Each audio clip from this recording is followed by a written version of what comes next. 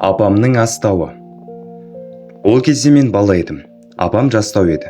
Әке-шешеміз қиыр жайлап шет қонып мал соңында жүретін де, айында жылында ғана болмаса бет-жүзін үнемі көре бермейтінбіз. Соғыстан кейінгі жылдарда есін жиып, езілген еңсесі көтеріле бастаған елдің берекелі де, бейбіт тірлігі жар жағасында отырған жалғыз үйі әрине бізге де ортақ.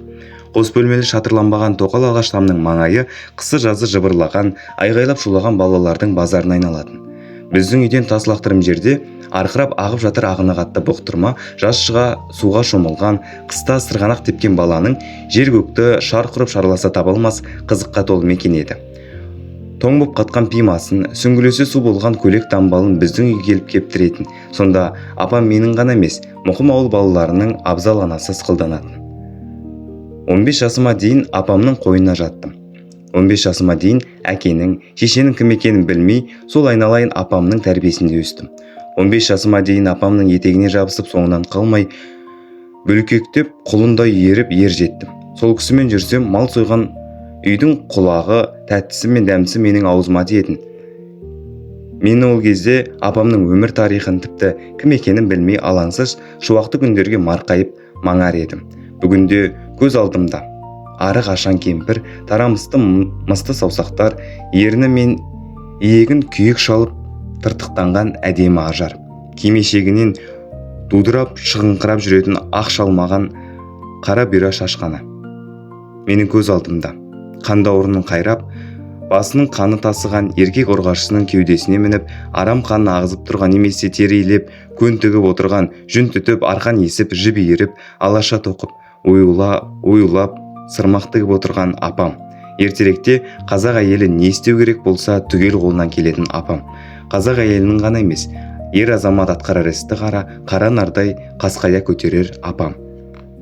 Жасшыға бәріміз әпкелерімді айтам. Апам есіп берген жіпті алып, тоғайға отын қаттанатынбыз. Бір арқа отын көтеріп, ең алда апам, содан кейін құндыздай шулаған біздер күліп ойнап келе жатыр едік. Ол шақта қыстық шөпті де ала жаздай арқалап тасып, қораны маяғы толтырып қоятынбыз. Қысқы соғым мен ұнғына әке-шешеміздің мойнында. Огород, шұрқыраған қастауық, екі сиыр мен ұсақ малымыз бар. Ол кісілерге зиянымызды көп тигізбейтін едік. Шынымды айтсам, бізді ғана емес, ертеректе әкемізді, оның іні қарындастарын асыраған апамның теректен ойып жасаған келісі мен ескі астау еді. Осы келі мен астау тіпті әкемнен де үлкен. Апам Алтайдың арғы беті төркіннен ала келген аса қымбат заттары болатын. Апамның біздің атамыз дос марқұмға ұзатылуы да қызық. Кейде әсіресе қазіргідей қараша туа темір пешке отты маздатып жағып тастап, пештің жыртығынан саулаған жарық түсіп, ала көлеңкеген қоңыр үйде отырып, апамның әңгімесін тыңдайтынбыз. Тегінде ол кісі әңгімеге сараң, көп сөйлемейтін, тек өз ісімен ғана жүретін, қақ соғы жоқ инабатты жуас адам еді. Дүниеде өсек аяң, қулық сұмдықты білмейтін, не болмаса тірі пенденің бетіне «Әй, сен сондайсың» деп қарамаған, немесе тірі пендеге тілі тимеген, жарықтық, ораза намазы бұзылмаған таза да тәкаппар әйел еді. Бала кезімізде байыбына барып бағаламадық па, бізді қойып бүкіл ауыл аймақ, тіпті қазақ елі ең соңғы қасиетті әйел, тұрмыстық салттық, өмірдің этикалық, этнографиялық, тіпті археологиялық байлығынан айырылған білді ме? Қазір ойлаймын, егер қазақтың әйелдері атқарар бүкіл ісмерліктің, қолөнер институтының немесе фабрикасын ашып, менің апамда бастық сайласа, тұтас бір 10 саусағы өнер ұрпақ дайындап шығарар еді. Иә, ол кісі тірі кезінде ешкім елеп ескермеген алтын қолды құдіретті әйел еді. Қазақта осыншалық мықты, осыншалық ақылды ұлы әйелдер болғаны қандай жақсы. Бірақ біздер 20 ғасырдың азаматтары көп ретте осындай асылымызды байқамай айналып өтер едік. Айырылып қалған соң ғана ай өтіп, сан соға өкінер едік. Өзгені қойып, мақтансып жүрген мына менің өзім сол апамның тірі кезінде неге ғана бәрін киіз басып, үй тігуді, арқан есуді, терилеп, өңдеп, киім тігуді, алаша тоқып, өрнектеп, сырмақ тігудің, саба, сүйретпе, торсық істеудің бүкіл қыр-сырын тәптіштеп жазып алмадым. Енді міне, қолымызды мезгілінен кешірмеп отырғанымыз. Енді міне, бұзау өлген сиырдай тұлыпқа мөңіреп, жыртық астаудан апамның алақанын, апамның қауыздаған талқан тарысын іздеп тамсанып отырғанымыз. Білем, жер көкті шарлаған асан қайғы да ажалдан қашып құтыла алмаған. Білем, мың жасаған Лұқпан хакім де өлтірмеудің амалын таба алмаған. Адамзат өлу үшін туарын, бәрін білем. Құдай-ау, мәңгілік тіршіліктің жоғын сезе тұрып, апам сынды адамдардың жер басып жүрген кезінде неге ардақтамадық, неге бағаламадық? Хан көтеріп пір тұтудың орнына шікірейіп жүріп өлтіріп алдық. Егер олар ортамызда жүрген шағында ардақтап, әр сөз, әр ісін жоқ дегенде үйреніп үлгірсек, өлмегені ғой, өлтірмегеніміз ғой. Ал біз тірі кезінде-ақ өлтіріп аламыз. Қазір апам жоқ, қара жер қойнында қалған. Былтыр мен кигізген атлас көйлекті ала кеткен жоқ, арулаған адамдар киіп жүр. 80 жыл жолдас болған жыртық астау да қаңсып қалды әне. Апам ала кеткен жоқ.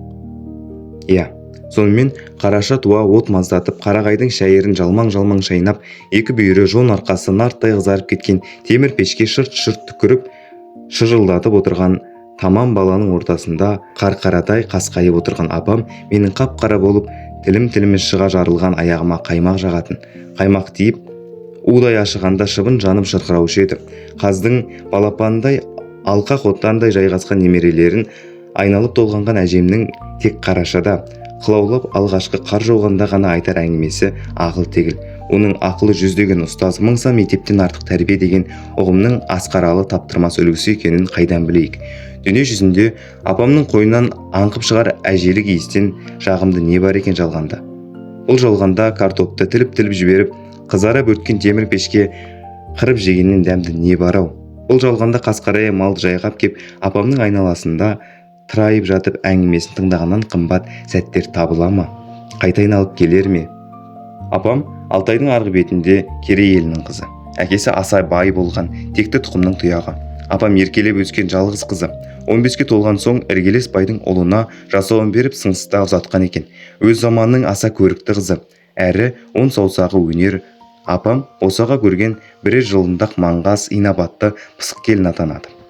Содан бір күні екі кештің арасында басқа ұлдан сый қонақтар келіп, тай сойып, тай қазан ет асып жатқан шақта жер ошақтағы отты үрлей берем деген апамның шылауышына шала тиіп лап етіп жанады. Тыртыстыра тар киген екі жақтаулы зерленген кимешек шылауыш шешілмей бет-аузы түгел күйіп қалған екен. Күйеуі де ізгілікті жақсы жігіт болған. Алтай емдетіп шыбын жанын аман алып қалыпты. Келіншегім жарымжан болды деп кезептенбей тату-тәтті өмір сүріпті. Алайда бір жылдан соң өзі дүниеден қайтып, жесір қалған апам төркініне оралған. Осы шақта Алтайдың теріскей бетіндегі Әбдігерім болыстың би атанған жоқ шешен жігіт, біздің атамыз досының қатыны өліп, қыз таңдап бұлаңдап, қырғыдырып, жер сыдырып жүрген. Әрі сері, әрі атақты салт басты, сабау қамшылы жігітке тиеміз деп бүкіл Қаратай елі қыздары қырылып қала жаздапты. Бірақ біздің атамыз бірде-біреуін менсінбеген. Сол менсінбеген қалпы ауылдағы қыздың аузы сасық дегендей Алтайдан асып арғы беттегі Керейден жартаңдайды. Күйеуі өліп, бет-аузын күйік шалған апамды көріп, атының артына мінгестіріп бір-ақ түнде алып қашып кеткен. Дос келіншек әкеле жатыр, қырмыздай құлпырған бізді көзіне ілмеп еді, Керейден алған қызы ай мен күндей сұлу шығар, көрелік деп алдынан шықса, ерні салпиған тыртық біреу екен. Тамам қыз бетін шымшып күліпті. Сонда атамыз айтыпты: «Әй Қаратайдың қатын қыздары, неменеге жетісіп күлесіңдер? Менің келіншегім еліңнің қыздары мынау ма деп сендерге ерін шығарып отыр» деп сөз тауып кеткен екен марқұм. Темір пеште маздай жанған отқа талтая қыздырынып, ала көлеңке ағаш үйде апамның тізесіне басымызды қойып, мұрнымыз пысылдап ұйықтап қалушы едік. Қашан өзіміз оянғанша тырп етпей ұйқымызды күзетіп отыра берер еді жарықтық. Апамның қайсы бір мықтылығын айтып тауысайын дегенмен бір-екеуін сіздерге әңгімелеп бермекпін. Әкем ынтымақ колхозының сиыр фермасында бастық болатын. Ауылдан 10 шақырым Қаражер деп аталатын фермада тұрады. Шешем сиыр сауады. Бұл қыс мекендері. Ал жаз шыға жайлауға көшіп кететін. Жаздың жайма-шуақ бір күнінде үйге сиыршы шал Жүніс келді. Тауға көшкенде аяғы құрттап жүре алмай қалған қара бас қойды қозысымен жұртқа қалдырып кетіпті. Бір лажын тауып соны жеткізіп алсын. Содан соң қара жерге егілген картошканың арам шөбін жұлып, суарып, қопсытып, түптесін деген хабар айтыпты. Таңертең апам екеуміз жаяу жолға шықтық. Күн ала бұлтты болғанмен қапырық ыстық еді. Біз қара жердегі шілікке салған картошка алқабына жеткенде күн түске айналған. Бағанағы шайдай ашық аспанда қара құрым бұлт торлап әп сәтте күннің көзі көрінбей қалды. Мен шөбін отап, апам түптеп лезде бітіріп тастадық. Біздің осы жұмысты аяқтауымызды күтіп тұрғандай әлгінде ғана тас төбеге ілінген қара бұлттан бауырсақтай бұршақ төпелеп жөнелді. Апам ұстарамен күні кеше ғана жалтыратып алып тастаған тақыр басымды ұрғылағанда тулаққа тиген сабаудай тарсылдақ үн шығады. Апам желеткесін шешіп басыма жапты. Ала жаздай сиыр фермасының күзетінде қалатын Қашыбай деген шал отыратын қыстаққа қарай безектеп келеміз. Жалғыз үйді шалдың өмір тарихы жеке бір кітаптың жүгі. Жарты ғасыр 9 жолдың торабында жылжымай мекен етіп келе жатқан ақсақалдың бар ермегі ары өткен, бері өткен жүргіншінің пикет шайы болу. Үйіне түнетіп жол нұсқау болатын. Апам екеуміз осы үйдің табалдырығынан аттай бергенде әзірде ғана төбеден төпелеп тұрған бұршақ сап болды да шығысқа қарай қара құрым көшіп бара жатқан. Қашыбай төр алдына ерігіңкіреп, дамбалшаң бәйбішесі Мәшәтайды түрткілеп ойнап отыр екен. Біз кіргенде кәдімгідей қутыңдап қуанып қалды. Зеріге де білем, 70-ке жақындап қалса да дені сау, қапшағай шапшаң, саңқылдап сөйлейтін қағылез адам екен. Кеспіріңнен айналдым, кеспіріңнен, деді апама. Судан шыққан су тышқан секілдісің, төрлет. Сақалы тұштаңдап өзі төмен ысырыла берді. Мені қойшы, сен екеуміз тоқпақтаса да өлеміз бе? Балам тоңып кетті, деді. Апам менің басымды жапқан желеткесінің суын сығып. Ұлыңды мен ақ киізге орап тастайын. Шешесінің құрсағына жатқандай рақаттанып бусансын деп, Қашыбай отырған орнынан қарғып тұрып, ірге тұсқа керіскедей жиналып тұрған жүктен аппақ киізді суырып алды. Кел балам, орап тастайын, шеш үстіңдегі қомшаңды. Мені тыр жалаңа шешіндіріп киізге тұмшалап бөлеп тастады. Әрі-бері мұрныма қой жүнінің шуашы келіп, маужырап көзім бақырайып жаттым да, бойым жылынған соң ұйықтап кетіппін. Оянғанымда апамдар шай ішіп отыр екен. Қашыбай бізге ат арбасын бермеді. Тақыс шал тоғайда жиып қойған отыным бар еді. Соған асығып барам деген соң, апам шындап ренжіді білем. Кішкентай қозыны маған көтертті де өзі тобан аяқ болып баса алмай жатқан зіңгіттей саулықты арқасына бір-ақ салды. Алдыңғы екі сирағымен ұстап, жас балаша арқалады да кеттік ұлым, деді маған. Мен ол кісінің артынан қозымды құшақтап, бүлкек еріп келемін. 10 шақырым қашықтағы ауылға апам 5-6 рет дем алып жетіп-ақ келді. Сонда менің көз алдымда қалғаны апамның көк жайсаң шалғынды қақ жарып менің алдымда батар күнді бетке алып қасқая тартып бара жатқаны. Қасқая тартып бара жатып, арқасындағы саулықты былқ етіп тастай салды. Қарасуға барып дәрет алғаны. Қасқая тартып бара жатып, арқасындағы саулықты былқ еткізіп тастай беріп, тоғай ішіндегі Қарасуға барып дәрет алғаны. Содан соң батар күнге бет беріп намаз оқығаны. Намаз оқып көк шалғынға бір жығылып, бір тұрып, қып-қызыл күн нұрымен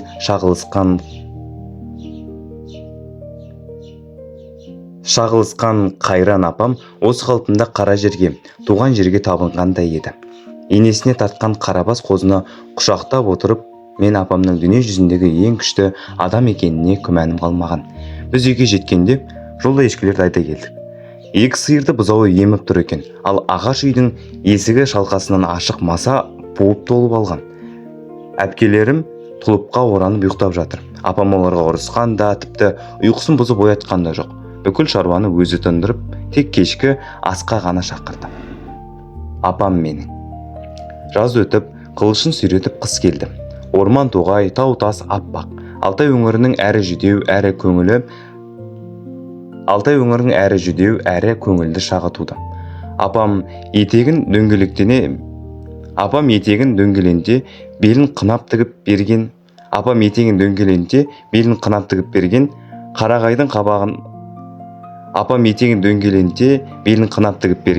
қарағайдың қабығына бояған қызыл тонымды, тері қолғабымды, елтірі тымағымды, табанындағы ақ бибамды киіп, қол шанамды сүйреп ойнауға шығамын. Сонда әңгіштайдың өзім секілді бар баласы маған қызыға да қызғана да қарайтынын сезінем. Жағымсып менімен дос болуға, менімен ойнауға құштар екендерін біліп, танауымды шүйіремін.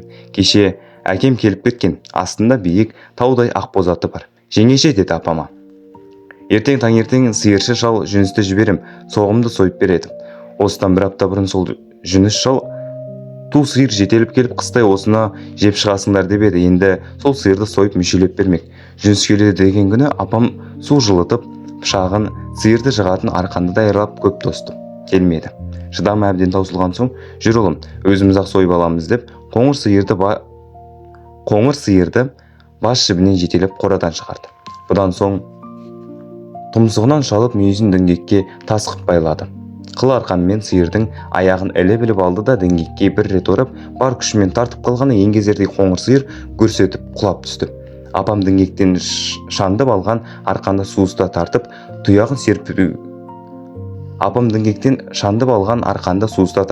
тұяғын серпуге келтірмей буып-ақ тастағаны. Сиыр шоршып болмаған соң жүгіріп барып құйымшағына жабысып едім, содан да жерге ыршытып лақтырып жіберді. Жолама, мертіктіреді деді апам. Ал өзі соншалықты көз ілеспес шапшаң қимылмен сиырдың төрт аяғын қазық баулап байлап жүр. Содан кейін тұмсықтан оралған жіпті соза тартып, сиырдың тамағын керіп тастады да жез мойнын мүйіз сап пышақты маған ұстатты. Шошып кеттім. Қорықпа ұлым, деді апам. Әйел адам мал бауыздамайды, сен азаматсың, қане, мықтап ұста. Қолым дір-дір етеді. Апам менің кіп-кішкентай жұдырығымның сыртынан өзінің қарулы тарамыстанған саусақтарымен қолым дір-дір етеді. Апам менің кіп-кішкентай жұдырығымның сыртынан өзі қарулы тарамыстанған саусақтарымен қапсыра ұстады да бұлқынуға дәрмені келмей теңкейіп пысылдаған сиырдың тамағынан орып жіберді. Қып-қызыл қанат қылады-ай. Енді былай тұр, бір жеріңе қан теді деді де мүйіз сап пышақты жалаңдатып қоңыр сиырдың быт-шытын шығарды. Әп-сәтте терісін сыпырып бұзып мүшеледі. Тұздап салмаға жайып тастап астына түтін салды. Мен өкпе бауырдан қуырып әлекпін. Содан бар шаруаны бітіріп сиырдың терісіне тұз сеуіп жайып, қар бетіне тамған қан жынды тазалап шайға сабақтан жүгіріп әпкелерім фермадан кепеңдеп жүніс шал келді. Соғым сойып беруге әкем жіберген сиыршы бұл бұрқыраған ыстық қуырдаққа кекіре тойып алды да аманында ауылына қайтты. Апам менің. Үлкен әпкем Шолпан қоңыр сиырды соғымға сойған жылы қыста күйеуге шығып кетті. Сол күйеуге қашып кеткенде де басқаға емес, жуықта әскерден оралып ауылда шофер болып жүрген баяғы бекетші шал Қашыбайдың көп ұлының бірі бақырақ көз төртбақ Әутәліп алып қашып кетіпті. Әкем мен шешем алғашында оң жақтағы тұла бойы тұңғыш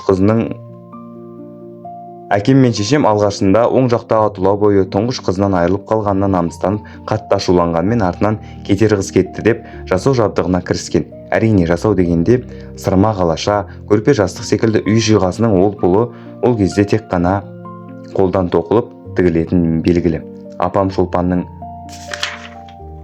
мұқым тепетең жасауынан бір айдың ішінде дайын етті де шанаға теп, маған аттың делбесін ұстатып құдаларға аттанды. Шырмауық салып, балмен ашытқан сары сыраға қызара бөртіп алған құдамыз Қашыбай шал, ат байларым мықты, тәуір жердің қызын келін қылып сүргеніне қатты риза болды. Өткен жылы жазда ақсақал қойды апама жаяу арқалатып жібергеніне, ат арбасын бекер бермегеніне өкінді. Өзі қутыңдап, қарқ-қарқ күліп қояды. Апама торқадан көйлек кигізіп менің қолыма 10 сом ақша ұстатты. Мен мәз болдым. Өзім өз болып қолыма ақша тигені сол еді. Ышқырымдағы асық салатын қалтаға жымқырып жүгіртіп жібердім де үйге апамды тастап жаяу қашып кеттім. Апам кештетіп өзі келді. Сол күні түнде мен апамнан мүлде бөлініп шығып, қойнына жатпай шалбарымды жамбасыма басып жеке ұйықтадым. Ондағы жымсыма ойым, апам құдалар берген 10 сом ақшаны сұрап алып қояды деген қауіп.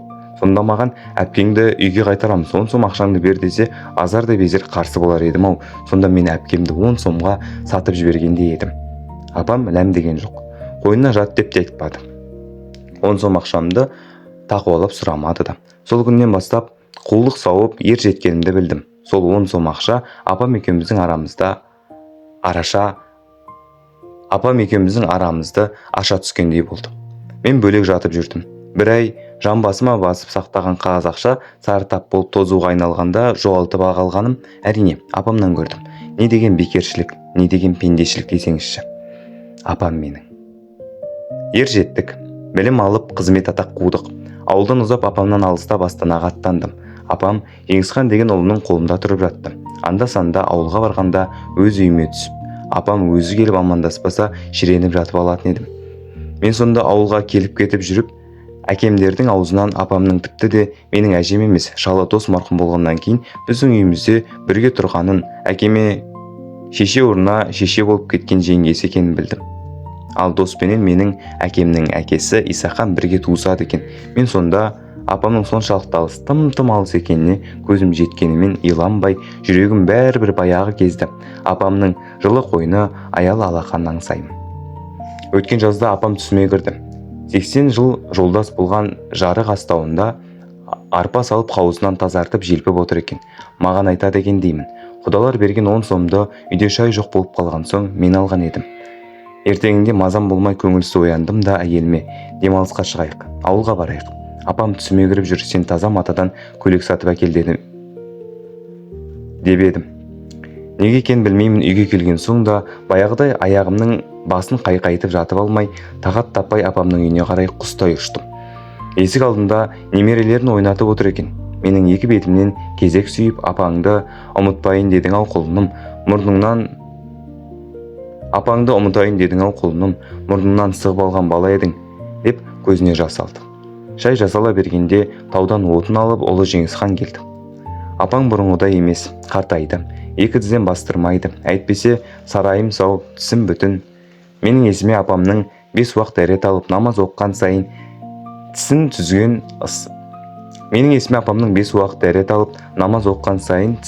тұзбен ұсатыны, тіпті осы кісінің 80-нен асқан жасқа дейін не бір жерім ауырды, не шаршадым, жалықтым деп қабақ шытпаған түсті. Рас, шын айтамын, апамның тісі әлі де маржандай еді. Рас, шын айтамын, апамның бұл дүниеде жалғыз рет дәрігерге болмаса бақсы балгерге қара алмай сау саламат өте шыққаны бар. Тамақ жасалып бата берді. Әлі ұзақ оқыдым. Батасы қандай мағыналы, мақамды. Мен апамды дәл бүгін бөлекше танып, көп қадір қасиетін қайта сезгендей болдым. Ымырт үйлі үйден шықтық. Жеңісхан айттым. Шербекті араны. Әлі күнге апам қайрайды. Мен егесем отын кескенде не секіріп жүрмейді, не өтпейді. Көзі әлі де кейіз басты. Қызық әйтеуір. Тыныш отырмайды. Ертеңде күн барау демей бұзаудың мойын жібін есіп ноқта істеді. Қолы босай қалса ауырып қалатын секілді. Жеңгең иек сүйеп жаман үйреніп кетеме деп қорқамын. Қанжығаға байлап жүреміз бе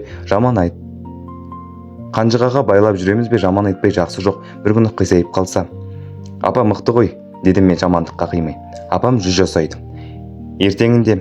Ертеңінде таңғы сағат 8-де Жеңісханның үлкен қызы жылап жүгіріп келді. Апам ауырып жатыр. Біз алғашында сеніңкіремедік. Тек шешем ғана жеңешемен айырылып қалмайық,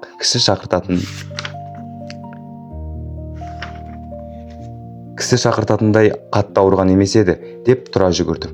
Бәріміз шұбап жеттік. Апам өзінің ағаш төсегінде кеудесі сырылдап, құр етіп, теріс қарап бүк түсіп жатыр екен. Көзін алайта ашады да қайта жұмады. Тіл аузы байланған, келгендерді танымады білем. Әкем екеуміз басын көтеріп сусын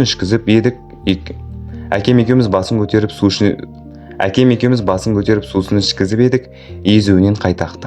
Балалар ұлар шуып, бәріміз жылап жүрміз. Жеңеше, деді шешем тарамыстанған арық қолынан ұстап. 50 жыл бірге өмір сүріп едік. Жамандығым ағат кеткен жерім болса кеш жеңеше, кеш. Ораза намазы бұзылмаған асылым, деп көзіне жас алып қолынан сүйді. Әлгіден бері кісі танымай кеудесі сырылдап іргеге қарап жатқан апам күшпен аунап шалқалады да егін қақты. Сонсоң әрең кештім, деді де көзін қайта жұмды. Дәрігер шақыртайық деп едік, басын жайқады. Содан соң өзі ымдап дәрет алмаққа ниет қылған соң біз шыға тұрдық. Біз қайта кіргенде апам төсекті жерге салдырып шалқасынан жатқан екен. Кірме деген үлкендер сөз тыңдамай жанынан тізерлеп отыр кеттік деп құдіретті саусақтарынан ұстадым. Кірме деген үлкендер сөзін тыңдамай жанынан тізерлеп отыра кеттім де құдіретті саусақтарын ұстадым.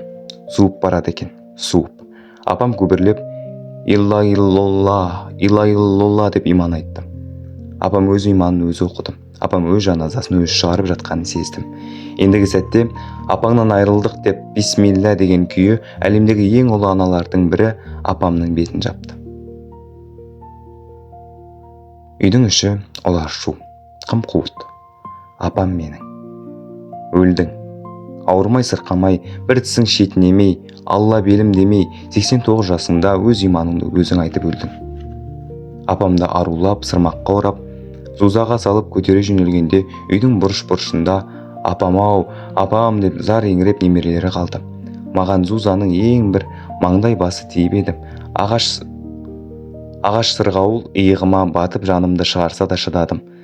Мен шыдайды деп жорамалдады ма, әлде әдістеніп келе ме, арттағы азаматтар бекер ұстатқаны болмаса, көп күш жұмсамай бос келе жатқанын сездім. Өлген адамның сүйегі ауыр болады деген рас екен. Шүйкедей ғана кемпірді сойталдай 10 жігіт мықшыңдап әрең көтеріп келе жаттық. Апамды үйінен, қара орманнан ел жұрты шулатып ала қашқан шеру жаңадан қазылған жас қабірдің басына келіп тоқтап, сүйек салынған зузаны жерге түсірген соң біздерге бір сомнан ақша таратты. Менің де үйіп қалған алақаныма жұмарланған бір теңгелікті ұстата салғанда жүрегім дір ете түсті. Көзімнен жас аршыды. Менің есіме сонау балалықтың алаңсыз жылдарында ақшамды алып қояды деп апамның қойына жатпай бөлек кеткенім түсіп кетті. Енді міне, мойныма қарыз болмасын дегендей сол бір қайнатым шай алған бір сомды өзіме қайтарып тұрғандай сезіндім. Өз-өзімді тоқтата алмай жыладым. Қара жер томпайғанша жыладым. Ертеңінде ескі қораның бұрышында төңкеріп жатқан апамның астауын алып Алматыға айттым. Апам менің. Сенен не қалды? Жарық астау ма? Иә. Адам өмірі де сол жарық астау секілді қаңсып қалады екен-ау. Соңы. Оқыған Мақсат Шарбек. Сіздермен ғибрат аларыңызға және мен Мақсат. Құрметті көрермен, өмірдің әр сәтінде ғибрат жатыр, және сол ғибратты бірге іздеп, бірге түйсіңіз келсе, онда біздің арнаға тіркеліңіз. Алла амандық берсін, келесі кездескенше.